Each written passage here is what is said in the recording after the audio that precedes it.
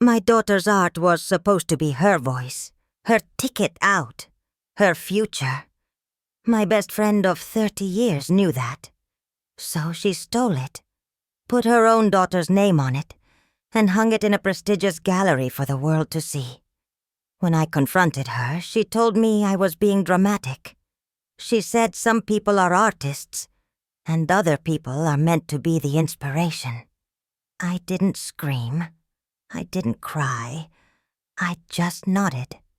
And then, I systematically and quietly dismantled her entire life's work. You see, what she forgot is that I was an artist once too, and I know that every masterpiece has a preliminary sketch, a paper trail that proves exactly who the creator is. My daughter, Elara, doesn't speak with words. Not really. She communicates in charcoal dust, in the scent of linseed oil, in the way light refracts through shattered glass. She carefully arranges into mosaics of breathtaking, painful beauty. Since she was a little girl, the world has been too loud for her. Too fast, too demanding.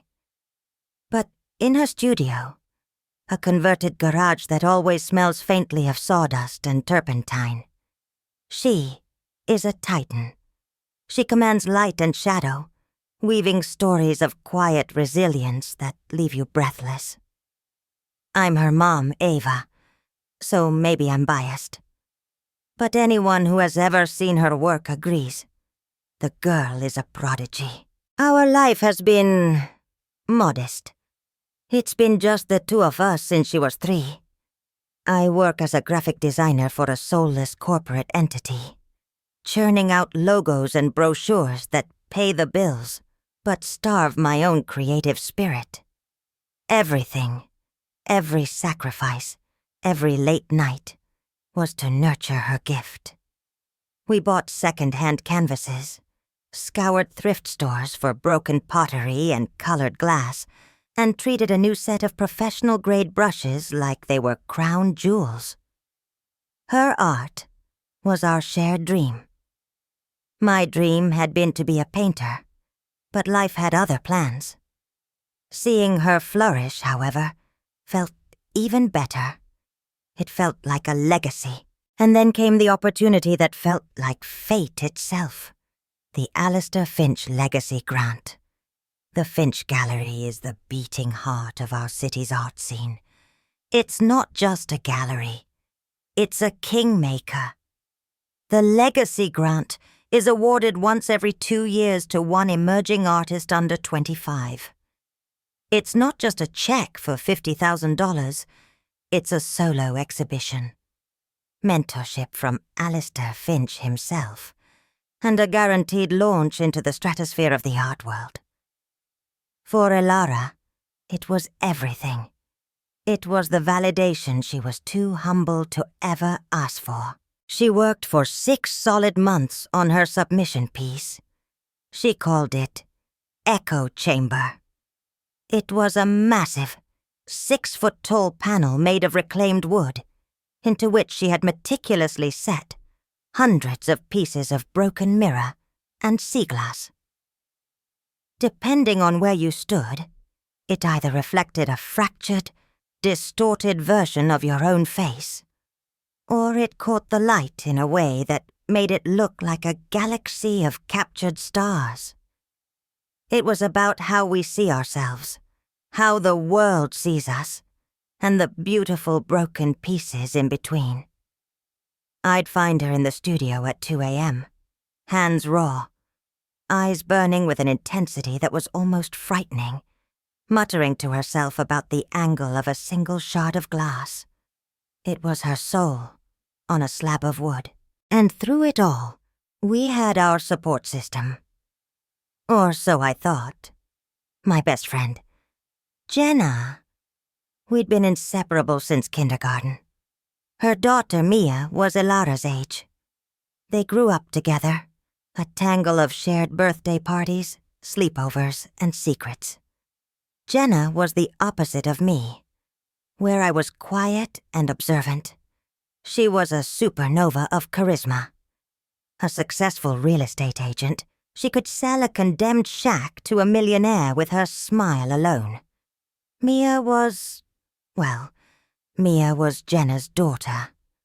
She had her mother's confidence but lacked her charm. She was also an artist, or rather, she was pursuing art. Her work was technically proficient, but, to be blunt, it lacked a soul. It was competent, marketable, and utterly forgettable. Of course, Mia was also applying for the Legacy Grant. Jenna framed it as a wonderful, fun thing for the girls to do together. Isn't this great, Ava? Our girls, side by side, chasing their dreams. No matter who wins, we'll celebrate together. We're family, after all. They came over constantly during Alara's creation process. Jenna would bring coffee. Mia would watch Alara work, offering suggestions that were always just slightly off-key. Are you sure about all that broken stuff, Alara? It feels a little bleak. Have you thought about adding more color? Pop is what sells. Alara would just give a small, polite smile and continue her work. I felt a prickle of annoyance, but I'd brush it off. Jenna was just being practical. She didn't understand. How could she? The day the submission was due, we had a problem. My car wouldn't start. It was a massive piece, too big for a rideshare. Jenna, my savior, immediately offered her SUV. Don't you worry about a thing. We'll load it up. Mia and I are heading that way anyway to drop off her piece. We'll make sure it gets there safe and sound. I felt a wave of gratitude so profound, it almost brought me to tears.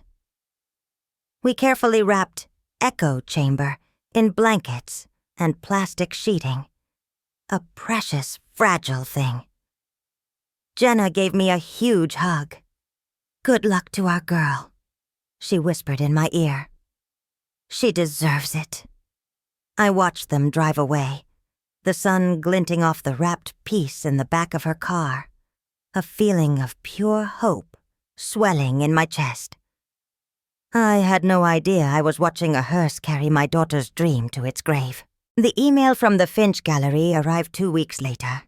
It was a form letter, cold and impersonal. We regret to inform you. I didn't even have to finish it. Alara saw the look on my face and simply nodded, a silent, heartbreaking acceptance passing over her features.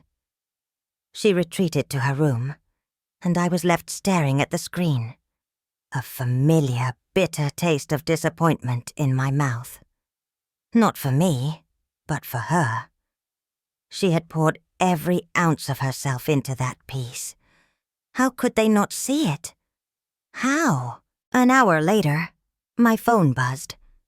It was a text from Jenna, a string of champagne bottle emojis. She got it! Maya is a finalist. Gallery reception for the 5 finalists is Friday night. You have to come celebrate with us. We couldn't have done it without your and Alara's support. My stomach twisted. A finalist? Of course. I pasted on a smile and typed back. That's amazing! We'll be there. I told Alara, and she just shrugged, her eyes empty. We should go, she said softly. For Mia. Her grace, even in her own crushing disappointment, was a physical pain in my chest. That Friday, the gallery was humming with the low thrum of money and influence. People in expensive shoes drank ridiculously small glasses of wine, murmuring appreciatively at the art. Alistair Finch himself, a man who looked like he was carved from granite and tweed, was holding court in the center of the room. Jenna, glowing, rushed to greet us at the door, pulling us into tight, perfumed hugs. I'm so glad you came. Mia is over the moon. Her piece is just over here. They gave her the best wall. She led us through the crowd. I was scanning the room, trying to see the other finalists' work, trying to understand what they had that Elara didn't. And then I saw it. It was on the main wall, perfectly lit, a small brass plaque next to it. But it wasn't Mia's work. It wasn't a vibrant, generic abstract. It was a galaxy of shattered stars. It was 1,000 fractured reflections of my own horrified face. It was Echo Chamber. And the plaque next to it read, Relativity, Mia Thompson. The air left my lungs in a single silent gasp. I felt the blood drain from my face. I looked at Elara. She was frozen, her hand hovering near her mouth. Her eyes, wide with a disbelief so pure it was terrifying, were fixed on her own soul hanging on that wall. She looked from the masterpiece to the nameplate, then to Mia, who was standing beside it, smiling awkwardly as people congratulated her. And then Elara looked at me, and in her eyes I saw something shatter more completely than any piece of glass in her creation. She didn't make a sound. She just turned and walked, zombie-like, out of the gallery and into the cold night air. Jenna started to say something, a practiced, concerned look on her face. "Is Elara okay? She looks a little pale." I turned to face her, the noise of the room fading to a dull roar in my ears. I didn't see my best friend of 30 years. I saw a predator. And I knew with a certainty that chilled my bones that this was no accident. This was a heist. There's a strange, cold clarity that settles in after a bomb goes off. The ringing in your ears, the dust in the air, the sudden, sharp focus on survival. That was me, standing in that gallery. My first instinct, my only instinct, was Elara. I pushed past a bewildered Jenna without a word, my heart pounding a frantic rhythm against my ribs. I found Elara outside, huddled on a concrete bench under a sickly yellow streetlight, arms wrapped around herself as if trying to hold her own broken pieces together. She was shivering, but I knew it wasn't from the cold.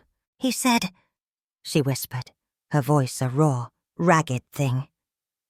"Mr. Finch. He was talking about it. About my piece." She couldn't even bring herself to say Mia's name in connection with it. "He said it had a haunting maturity and a visual vocabulary far beyond her years. He was talking about me, Mom, but he was looking at her. I didn't offer empty platitudes. I didn't say, 'We'll fix this.' I just sat beside her, put my arm around her shaking shoulders, and said the only true thing I could think of. 'Let's go home.' The car ride was a tomb of silence. The city lights smeared past the windows, a blur of taunting brightness. Every billboard, every flashing sign felt like a mockery. Back at home, she went straight to her room and closed the door. I heard the lock click. It was the first time she had ever locked her door to me.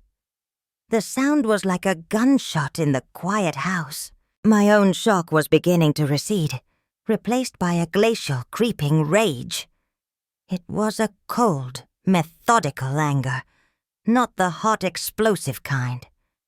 My mind, the one I used to solve design problems and untangle corporate branding messes, started to work. This wasn't a simple mistake, a mix-up at the loading dock. This was deliberate, calculated. The name change, for one. Echo Chamber was too personal, too specific to Elara. Relativity was generic, academic. It was a name chosen to be plausible coming from someone like Mia. I sat down at the kitchen table, the silence of the house pressing in on me. I didn't call Jenna. I didn't text her. To engage with her now would be to step onto her battlefield, a place of gaslighting and emotional manipulation, where she was the undisputed champion. No. I needed to build my own battlefield, one made of facts and evidence, where she would have nowhere to hide.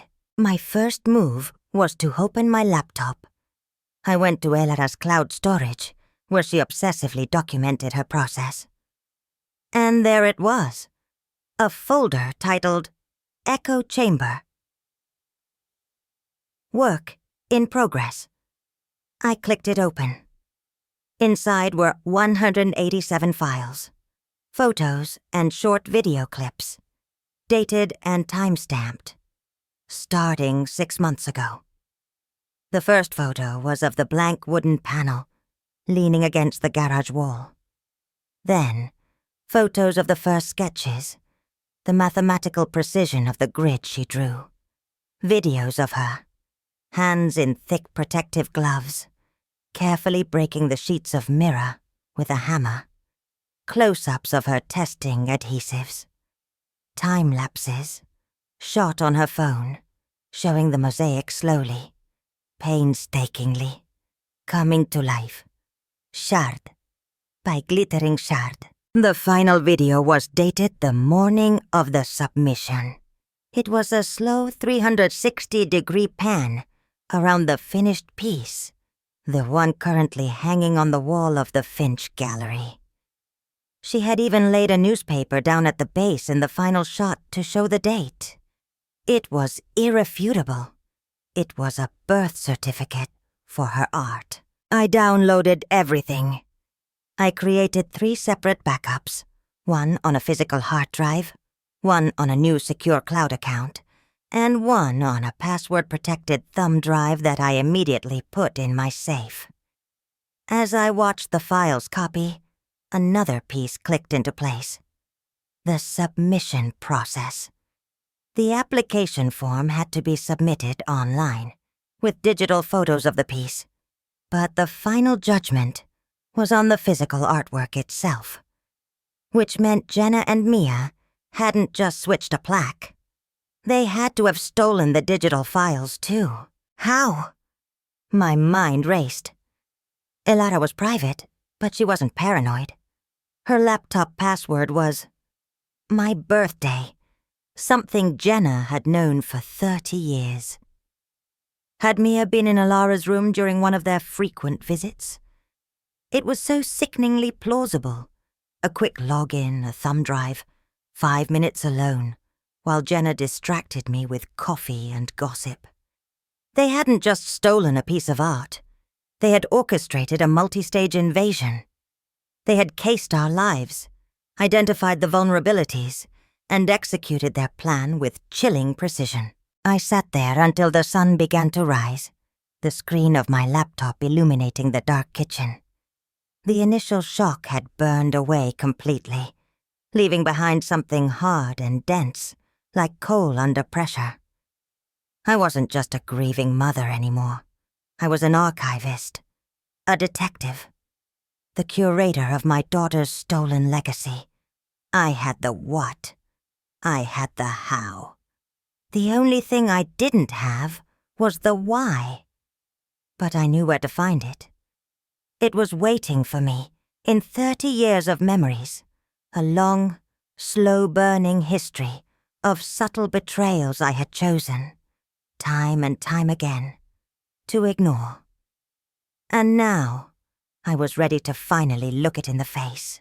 To understand how Jenna could do this, you have to understand the landscape of our friendship. It wasn't a partnership of equals, though I spent decades pretending it was. It was a sun and a planet. Jenna was the sun, radiating warmth and energy, and everyone, including me, just happily orbited her. Our friendship was forged in the crucible of middle school. where my quiet awkwardness was a perfect foil for her burgeoning popularity. She protected me from bullies, and I helped her with her algebra homework. It felt symbiotic. Looking back now, from the cold, sterile light of my kitchen at 4 a.m., the pattern was so insultingly obvious. It was 1,000 tiny paper cuts, none of them fatal on their own. But together, they amounted to a death by exsanguination of my own confidence. In high school, I wrote a poem for the literary journal. It was about my grandmother's hands. It was personal, raw. I showed it to Jenna first. A week later, during a student council speech, she used a line from it, the most powerful line, to describe community spirit. She got a standing ovation. When I looked at her, stunned, she just winked and mouthed, "Thanks for the inspiration." I felt a flash of heat, of indignation. But then people were clapping her on the back, telling her how brilliant she was, and I just swallowed it. It was just one line. I was being sensitive. In our early 20s, I had an idea for a small business. Custom-painted children's furniture. I spent weeks developing a business plan, sketching designs, even creating a few sample pieces. I was excited, terrified, and I shared it all with Jenna over a bottle of cheap wine. She was incredibly enthusiastic. "Ava, this is genius. You have to do this." 3 months later, she launched an interior design consultancy for children's rooms. Her signature service? Curating unique artisanal furniture. She never painted a thing herself, but she'd find struggling artists, like I had been, and contract them for a pittance, then mark up their work astronomically. Her business took off. Mine never left the sketchbook. When I tried to gently mention the similarity, she looked at me with wide, wounded eyes. "Are you saying I stole your idea?" "Ava, I was inspired by your passion. I just took it and made it practical. You're the artist. I'm the businesswoman. We're a team. And because I hated confrontation, because I cherished her friendship, I let it go. I even felt guilty for questioning her. This dynamic bled into our motherhood. When the girls were small, Elara was the sweet, quiet one, and Mia was the firecracker. Anytime Elara showed a flicker of assertiveness, it was seen as her being difficult. When Mia threw a full-blown tantrum, Jenna would laugh it off. "She's just got so much passion. She knows what she wants." Jenna framed my stable, if modest, single-parent household, as something to be pitied, while her two-parent, high-income life was the ideal. She'd say things with a sigh, "Oh, it must be so hard for you doing it all on your own," which was code for, "Look how much better I'm doing." I was the artist, the dreamer. Jenna was the realist, the achiever. It was a narrative she had carefully constructed for 3 decades. I was the rough draft. She was the polished, published novel. And the most insidious part was, she made me believe it myself. I accepted my role as the supportive, less successful friend. My dreams were quaint. Her ambitions were admirable. My daughter's quiet genius was a lovely hobby, while her daughter's derivative art was a smart career move. Sitting there, watching the timeline of Elara's stolen work scroll by on my laptop, these memories didn't just trickle back. They cascaded, forming a tidal wave of realization. Jenna hadn't just stolen a piece of art. She was stealing Elara's narrative, just as she had been co-opting mine for years. In her worldview, people like us, the quiet, the sensitive, the creators, didn't deserve the win. We were the raw material. We existed to have our best ideas, our most profound emotions, mined by people like her and Mia, who knew how to package and sell them. We were the inspiration. They were the success. The legacy grant was a threat to that entire ecosystem. If Elara won, the planet would become a sun. It would prove that quiet talent could triumph over loud mediocrity. It would invalidate the narrative Jenna had built her entire identity on. And she simply couldn't have that. It wasn't just about Mia winning. It was about Elara losing. She had to put us back in our place, in our designated orbit around her. The final piece of the puzzle slotted into place. The submission. Jenna hadn't just offered her car out of kindness. She had engineered the situation. My car. I'd mentioned to her a week before that my battery was acting up. She'd said, "Oh, you should get that checked out before it leaves you stranded." I now have no doubt in my mind that she, or someone she paid, had disconnected my battery cable the night before the deadline. She didn't wait for an opportunity. She created one. She manufactured the crisis so she could ride in as the hero. It was audacious. It was evil. And it was pure Jenna. I finally stood up from the table, my legs stiff. The sun was fully up now. My righteous anger hadn't faded. It had cooled and hardened into a diamond-sharp resolve. I made a pot of coffee, my movements precise and calm. I knew what I had to do. I couldn't go to the gallery. Not yet. Alistair Finch was in Jenna's pocket. He'd see a hysterical mother, not a righteous one. He'd believe the woman who sponsored his charity galas, not the graphic designer from the suburbs. I had to confront the architect of this crime first.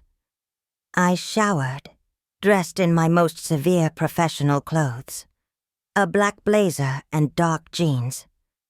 No emotion, no weakness. I was going to see my best friend, and this time, I wouldn't be swallowing a thing. I drove to Jenna's house, a sprawling modern box in the city's most affluent neighborhood, a house built on inspiration. As I pulled into the driveway, I saw her watering her perfectly manicured hydrangeas, looking for all the world like a woman without a single care. She saw my car, and her face broke into a brilliant, concerned smile. She set down the watering can and walked toward me, wiping her hands on her designer jeans. "Ava, I was so worried. I've been calling and texting. Is Elara all right? She just ran out so fast. I hope we didn't upset her." The performance was flawless. The feigned concern, the subtle implication that Elara was just overly sensitive. The old me would have crumbled. The new me felt nothing but ice in my veins. "Can we talk inside, Jenna?" I kept my voice flat, devoid of any emotion. Her smile flickered for a fraction of a second. She wasn't used to this version of me. Of course, she led me into her cavernous kitchen, all white marble and stainless steel. It was as sterile and soulless as a surgical theater. She gestured to a bar stool. I remained standing. I didn't want to get comfortable. I wasn't staying. "So," she began, leaning against the island, crossing her arms. "What's going on? Is this about the grant? I know Elara must be disappointed, but sometimes that's just how the art world is. It's subjective. You can't take it so personally." "The piece Mia submitted," I said, my voice as cold and hard as the marble countertop. "The one called Relativity. Where did she get the idea? Jenna gave a little laugh, a puff of air. Oh, who knows? She's so creative. Ideas are everywhere, you know that. I think seeing Elara work so hard was really inspiring for her. It pushed her to dig deeper. There it was. That word again. Inspiring. I held her gaze. It is a beautiful piece. So much maturity. Such a unique visual vocabulary. I was quoting Alistair Finch's words back to her. The same words Elara had repeated to me on the bench. Jenna's eyes narrowed slightly. It is. We're very proud. I'm going to ask you one more time, Jenna, and I want you to think very carefully before you answer. Where did Mia get that piece? The fake warmth in her expression finally evaporated, replaced by a steely annoyance. I don't know what you're implying, Ava, but I don't like your tone. Mia created that piece. She worked for months on it in her studio. That's interesting, I said, my voice dangerously quiet. Because Elara also worked for months on a piece that looked identical. A piece she called Echo Chamber. A piece that you took in your car to deliver to the gallery. A piece that mysteriously never arrived. Jenna's composure finally cracked. She stood up straight, her face flushing with anger. Are you accusing my daughter of plagiarism? After all these years? After everything I've done for you? I have stood by you, supported you and your daughter in your little hobbies. This is not a hobby. I cut her off, my voice rising for the first time. This is her life, and you stole it. And then, the mask came off completely. The transformation was terrifying. The kind, concerned friend dissolved. And in her place was someone I had never truly seen before. A ruthless, contemptuous stranger. Stole it? She sneered, her voice dripping with scorn. Don't be so melodramatic. We liberated it. That piece would have withered and died with Elara. She doesn't have the stomach for this world, Ava. She's too fragile. She would have won, and then what? Crumbled under the pressure of the first bad review? Mia knows how to handle the spotlight. She has the ambition. She knows how to play the game. The sheer, unadulterated arrogance of it took my breath away. She wasn't even denying it. She was justifying it. She was framing theft as a mercy killing for my daughter's career. So you admit it, I whispered, the reality of her confession hitting me like a physical blow. Admit what? She scoffed. That we saw an opportunity and took it? That's not a crime, Ava. That's called being smart. Alistair Finch agrees with me, by the way. He knows Mia has the it factor. The story of a young, confident artist is so much more marketable than a brooding, silent one. We're giving that piece the life it deserves. A life your daughter was too weak to give it. She took a step toward me, her eyes flashing. You live in a fantasy world. You think art is about truth and beauty. It's not. It's about commerce. It's about who tells the better story. And you, my dear, have never been a very good storyteller. That was it. That was the core of it. She saw us as lesser, unfit. Her words were meant to crush me, to reinforce the narrative she'd been writing for 30 years. But she miscalculated. She didn't realize she was talking to a new character. She wasn't looking at the supportive friend anymore. She was looking at a mother whose child had been grievously wounded. And in that moment, I stopped seeing her as a person. She was just an obstacle. I didn't raise my voice, I didn't argue. I just gave her a small, tight smile. Thank you, Jenna, I said softly. You've told me everything I need to know. I turned and walked out of her house, my footsteps echoing in the cathedral-like silence. I didn't look back. As I got into my car, my hands were shaking, but not from fear or sadness. It was the tremor of pure, unadulterated adrenaline. She had given me the motive. She had confessed. She thought she had won. She thought the story was over. But she was wrong. I was the one who was going to write the ending. And it wasn't going to be a story. It was going to be an evidence docket. The first casualty of war is not truth. It's protocol. I knew I couldn't just march into the Finch Gallery and demand justice. Alistair Finch was part of Jenna's world. A world that operated on handshakes, mutual favors, and the unspoken rule of protecting their own. An angry, unproven accusation from a nobody like me would be dismissed before I finished my first sentence. He'd see me as hysterical. My proof would be written off as a coincidence. My daughter's work a case of unconscious influence. I needed a cannon, not a slingshot. Back home, I found Elara in her studio. She had taken a hammer to a sheet of plywood and was methodically, rhythmically, smashing it to pieces. It wasn't creation, and it wasn't destruction. It was just noise. A way to drown out the silence. She didn't look up when I came in. "I have a plan," I said quietly, standing in the doorway. She didn't stop. "There's no plan," she said, her voice flat. "She won. They'll never believe us." "They don't have to believe us," I said, a new hardness in my voice that made her pause, hammer in midair. "They have to believe the evidence.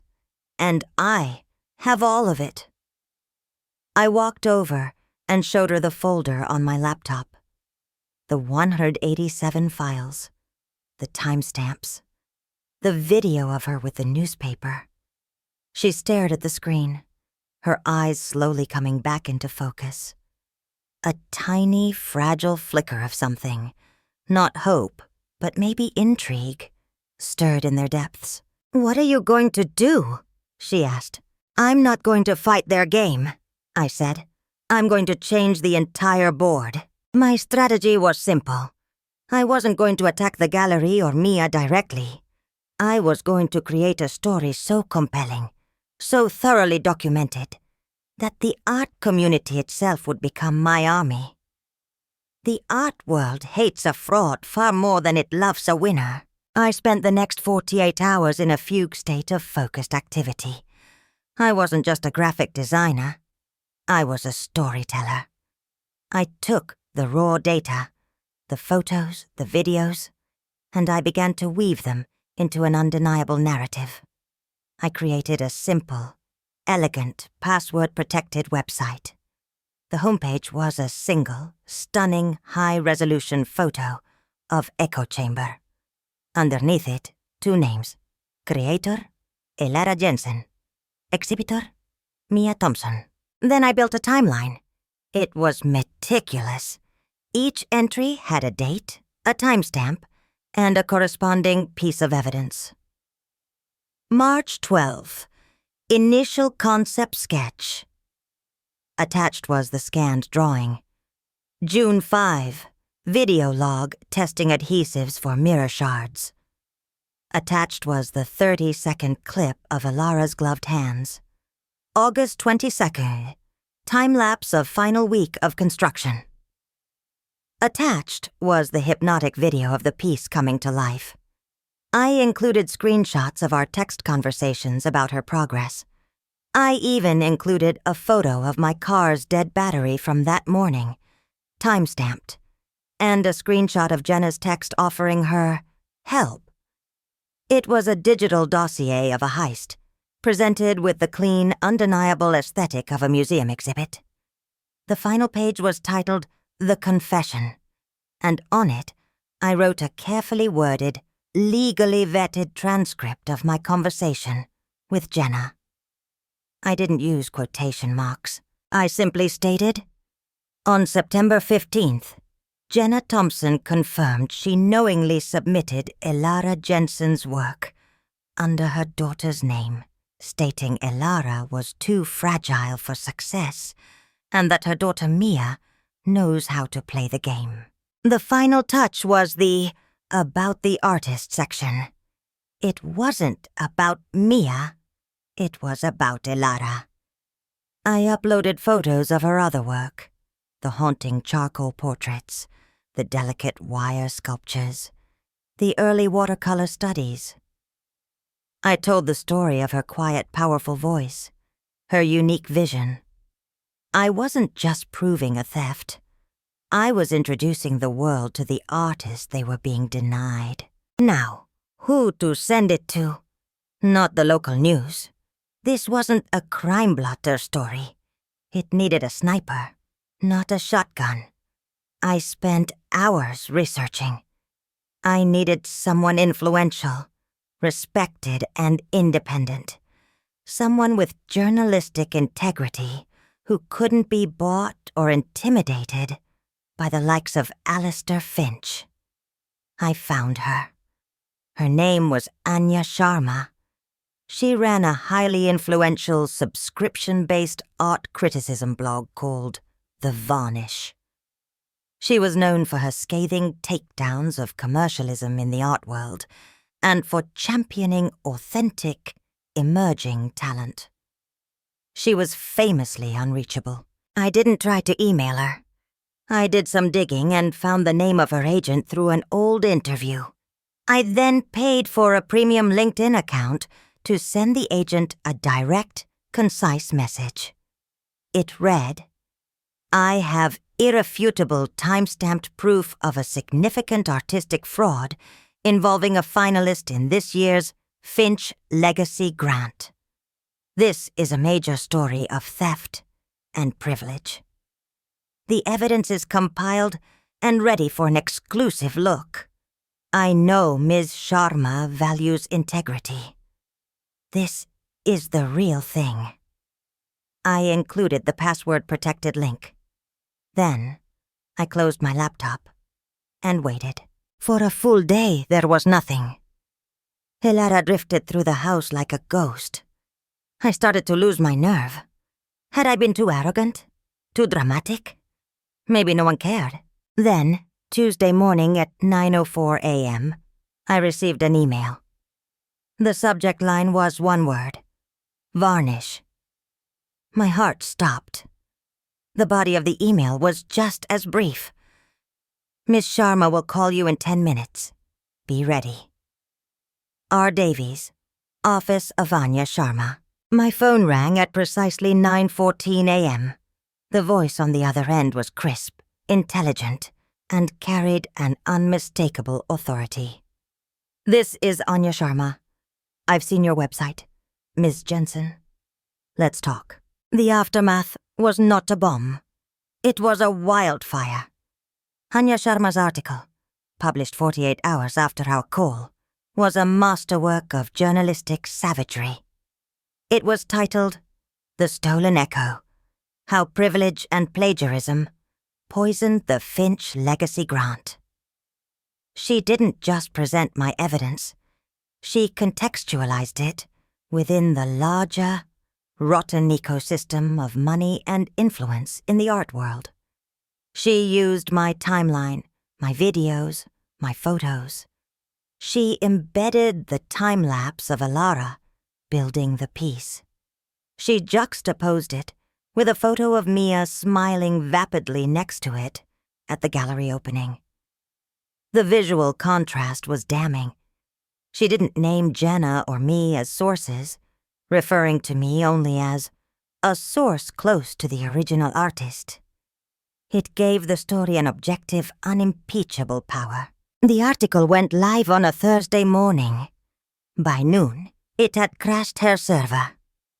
It was the talk of the entire art world, spreading through social media like nerve gas. Stolen Echo was trending. The comment sections on the Finch Gallery's social media pages became a war zone. Other artists, critics, and collectors who had long suspected the gallery of playing favorites and valuing commerce over art saw this as their moment. It wasn't just about Elara anymore. It was a referendum on the soul of the city's art scene.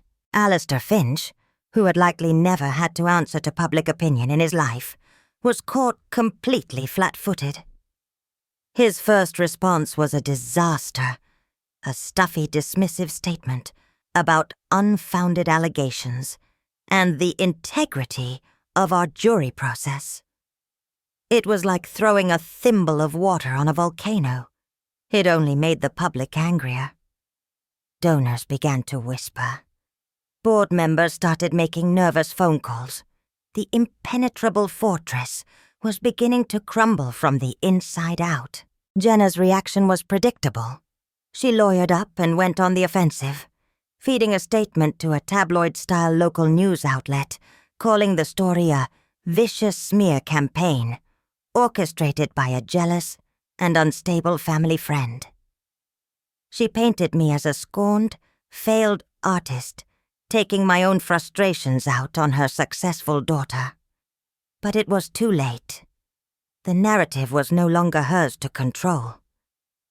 Against the cold, hard evidence of Anya's article, Jenna's claims looked pathetic and desperate.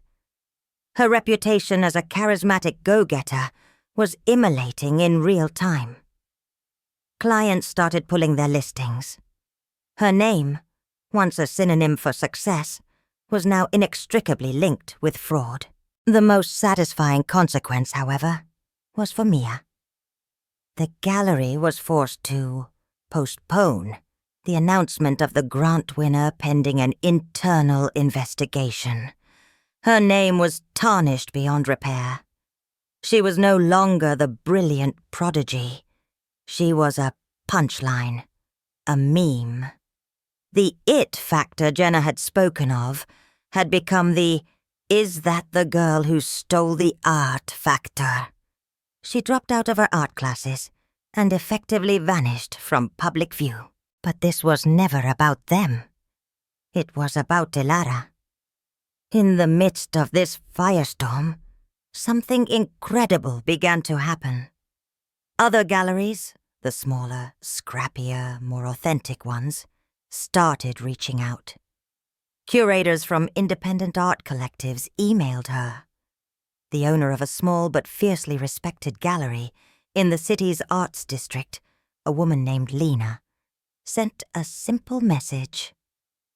"I've seen your real work. It's extraordinary. When this storm passes, I'd be honored to give you your first solo show. No grants, no competitions, just your art on my walls." Elara sat at our kitchen table, reading these messages as they came in, her eyes wide. The locked door inside her had finally swung open. She looked up at me, a slow, watery smile spreading across her face. "They see me," she whispered. "Mom, they actually see me." I reached across the table and took her hand. "I always saw you," I said. "The world is just finally catching up." The Finch Gallery would eventually rescind Mia's finalist status and issue a groveling public apology. The grant for that cycle was left unawarded, a permanent stain on its legacy. We never heard from Jenna or Mia again. Their silence was its own confession. We had won. But looking at my daughter, her face illuminated by the glow of a future she was building for herself, I realized the victory wasn't in their downfall. It was in her survival. She hadn't just gotten her voice back. She had learned how loud she could be. The biggest lesson in all of this wasn't about the righteous fury of a mother scorned, or the satisfying downfall of a villain. It was something quieter and much more profound. It's about the nature of a true voice. A voice that is authentic and true, like Elara's, can be silenced for a time. It can be ignored, dismissed, or even stolen. But it can't be extinguished. The truth of it, the unique frequency of it, will continue to vibrate under the surface, waiting for the right moment to be heard. Frauds and mimics, like Jenna and Mia, can only ever produce noise. They can be loud, they can be distracting, and they can even fool people for a while. But noise eventually fades. A true voice echoes. I learned that for 30 years, I had been turning the volume down on my own intuition. I felt the pepper cuts from Jenna. I saw the subtle way she diminished me, but I told myself it was the price of friendship. I was wrong. True support, true friendship, doesn't require you to be smaller. It doesn't ask you to be the inspiration for someone else's success. It stands beside you and wants your light to be as bright as it possibly can. Letting go of that toxic dynamic wasn't a loss. It was like taking off a lead coat I didn't even realize I'd been wearing. For Elara, the lesson was even more powerful. She learned that her sensitivity wasn't a weakness. It was the very source of her power. It's what allowed her to see the world in a way no one else could. To create art that resonated so deeply with people. The world tried to tell her she was too fragile for it, but she discovered she wasn't made of glass. She was made of the same resilient, light-refracting, beautiful and broken mirrors she used in her work. She learned that you don't have to be loud to be strong. You just have to be true. Her victory wasn't the public vindication. It was the moment she picked up a new tool, looked at a blank canvas, and began to create again. Not for a grant or a gallery, but for herself. So what's the takeaway for you? Trust your gut. That little whisper that tells you something is off about a person or a situation. It's not you being dramatic or sensitive. It's data. It's your personal legacy system warning you of a threat. Don't silence it. Interrogate it. And know that your worth isn't determined by who wins the prize. It's determined by the integrity of your work, the truth in your voice, and the courage to keep creating, even when someone tries to tell you your story isn't worth telling. Because a genuine creation will always outlive a cheap copy. I'd love to hear what you think. Was I right to go public and create a storm, or should I have pursued a different path? How do you deal with those subtle, undermining friendships in your own life? Share your stories and your thoughts in the comments below. Your experiences are valuable, and sharing them helps us all feel a little less alone in our battles. And if this story resonated with you, please consider subscribing. There are more stories to tell. Thank you for listening.